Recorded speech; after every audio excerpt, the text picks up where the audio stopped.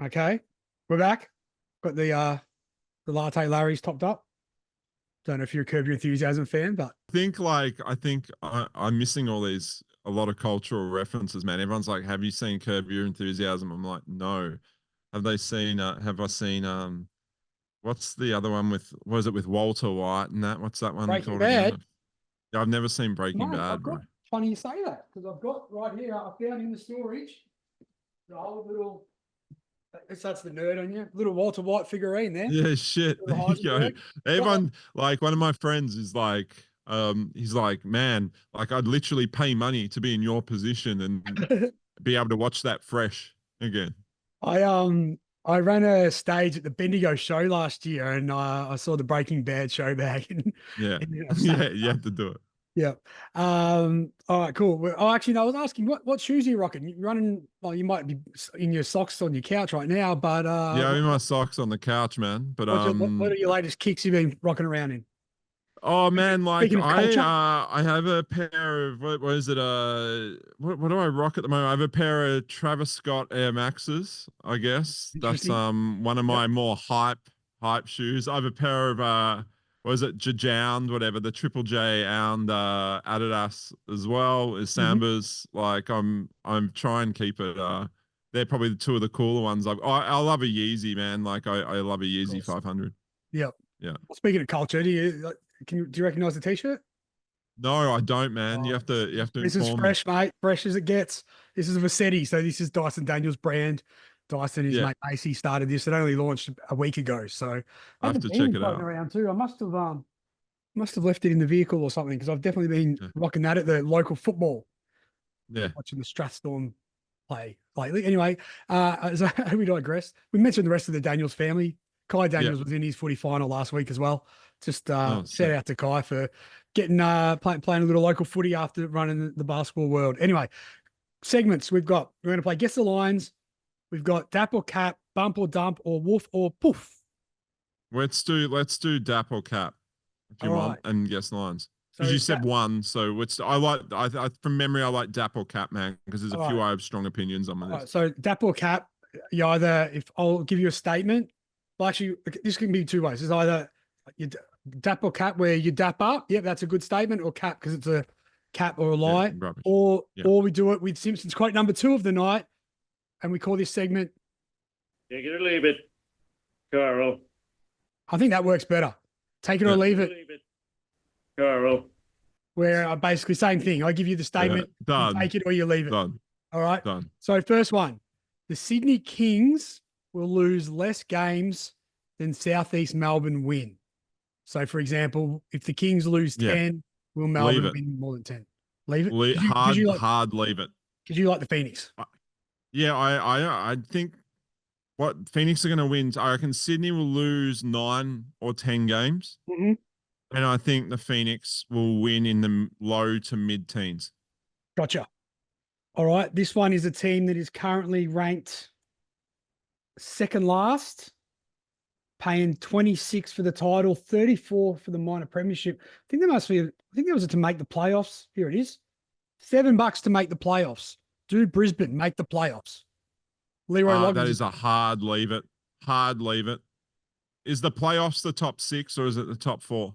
This is always the debate, right? To me, it's 4, but I mean, top 6. I think I have them missing either way. The way the odds it. are looked at, I'd say it's 6. Yeah. I'd Okay. leave it. Well, saying the playing game is not a playoff game. Yeah. Illawarra over under 1.5 playoff wins. So basically, hard leave it. Okay. Hard leave it. What if the playing game counts as a win? Still leave it. They're not making the 4. Okay. But could they sneak the play-in win and then win a game at home in a best of 3? Do they even do that? Well, the thing, no, they have to win. I think they're going to have to win 2 play-in games, man. Because I don't think they're winning. They're not. Because they'll be coming out of the 5-6. Yep. And then they'll have to win again to get in. Yeah, that's right. It's under for me. Yep, gotcha. Xavier Cook's league MVP. Xavier Cook's league MVP.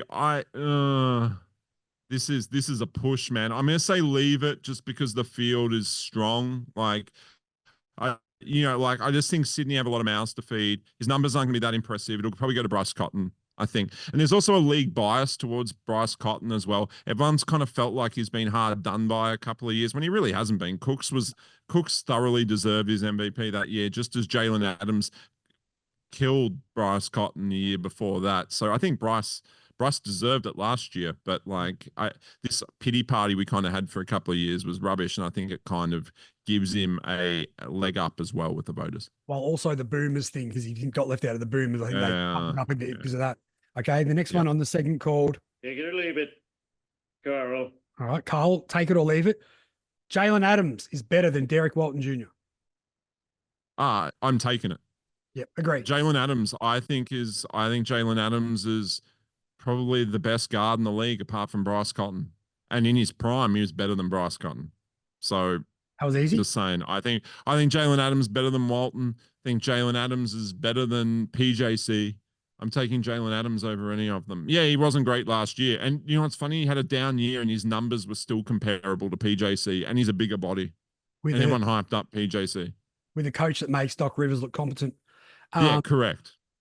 Now, this one is a bit off the back of Derek Rucker's top 15s. Yep. Is Jack White an all NBL first or second team?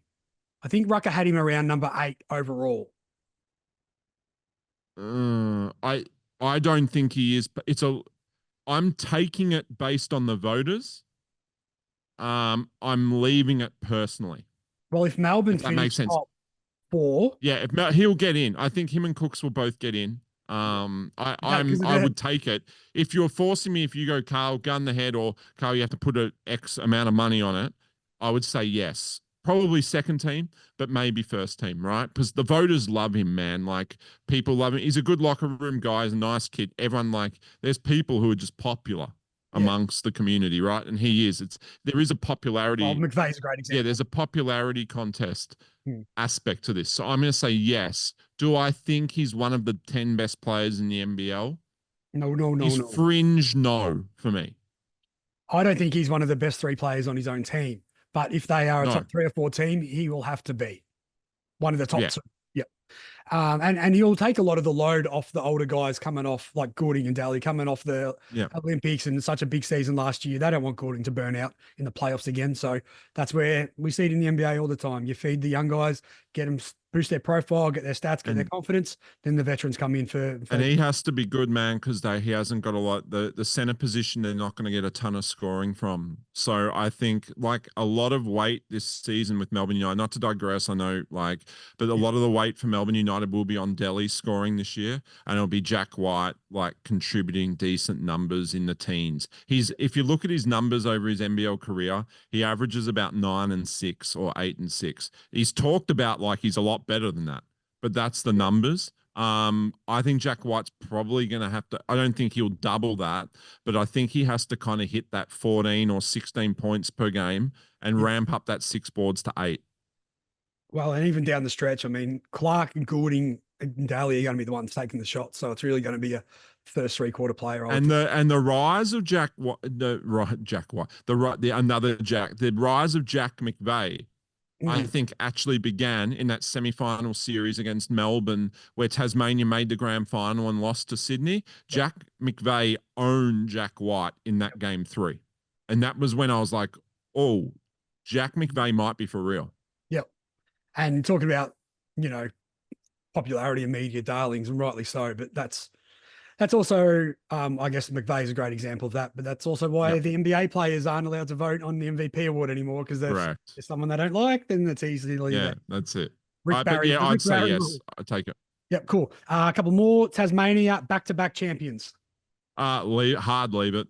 I'm selling them on even being a top 4 team, which is controversial. I know betting against Scott Roth is generally a method in which to lose your money, but I'm pretty. I just don't love that roster that much. I think McVeigh is a huge hole in that roster to lose. Yeah, I agree. Losing marquee Australians, man. You look at Sydney last year. It's just hard. It's hard when you lose a marquee Aussie. It just is, because your whole roster's structured around it. Yep. And especially so late in the season. I actually listened back. I just think there was something magic about that McVeigh run. Yeah. Yeah, I listened back to a little bit of your podcast from the start of last year, talking about the relationships that Scott Roth, how he likes players in relationships, and I can Yeah. understand where he's coming from there in the sense that he wants people that he knows aren't going to be out drinking all night and stable, or at Yeah, least correct. they're, It's a way of saying that without yeah, saying that. Yeah. and guys who can manage their testosterone levels in the bedroom and not be. Yeah, that's it. Last one, NBL All-Star Game is a good idea. I'm a hard leave. Hard Agree. leave. I think it's a terrible idea in the NBA. I don't really see it working anywhere around the world. I just don't like the concept. It struggled when it was here as well. And like my understanding, my mail, so to speak, was that was pitched. My understanding was, I hope I'm not speaking out of turn here, but was that this is a bit of an exclusive for you, is that it was offered during the FIBA break,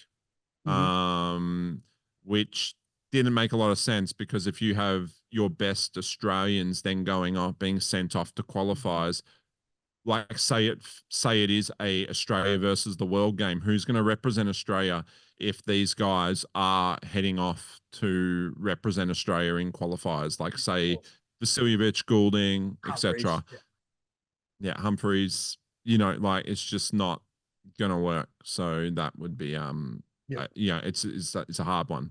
But yeah, if they can, like sure, maybe it will work. I'm a bit of a cynic. That's not like, it's hard because it wouldn't engage me, if that makes sense. But I'm not the average fan. But we are So also like, the target market. We're the ones who shoot there. yeah, I'm not the target market. Like and maybe families. kids will love it. You'll sell out a stadium. Yep, Cool. definitely. Yep. Like, I'm not the target market for that. So maybe I'm wrong, but for me, it's a leave. But if you are going to do it, I think you actually have to functionally build it into the season and have it like just extend the season by a week or whatever it is. What if that was the Rather Christmas? than you can't have it during a FIBA break or something like that. What if that was the Christmas, or they did that in the break in between Christmas and New Year? If that was your All-Star, or that first week. Again, I think it's hard. Like, it's hard to put that on. I get they're all professionals and you play over Christmas and that, but I think that's easy to do when it's club-based stuff and it's, like being treated seriously and that. It's hard. I think it's hard to do it then. And I just don't think people will turn up. Yeah. Well, I think people turn up over that Christmas, New Year's period, man, because they bought memberships and they're kind of forced to go. Yeah, sure. Actually, two that I just popped into my head. I'm not sure how much of the New Zealand NBL you watched this year, but Zero. Nor how much of this podcast you've been paying attention to, because the last couple of episodes we've had Chris Anstey and then Mick Hill and Cam Rigby. So you're a natural. I know Cam. I know Cam pretty well. So you're boosting the intelligence of the podcast after we went from Anstey, which was high. Then, no, well, I'll leave that. Anyway, no, I like Mick and Cam. They're good together as well. I love the boys. But anyway, the NBL have two rules that I find quite interesting. One is a player's timeout. So what happens there is a player can call a live timeout,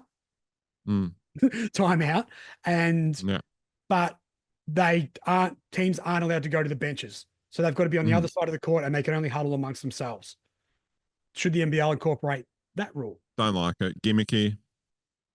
It actually worked pretty good in one of the finals. I'll give you that. And the other one, I'm sure it works. I just think I don't like deviate. I'm a traditionalist, man. I don't like too much deviation from the classic. And I think the NBL's already going into some like gimmicky sort of levels with what they do. I'm not a massive fan of that sort of stuff.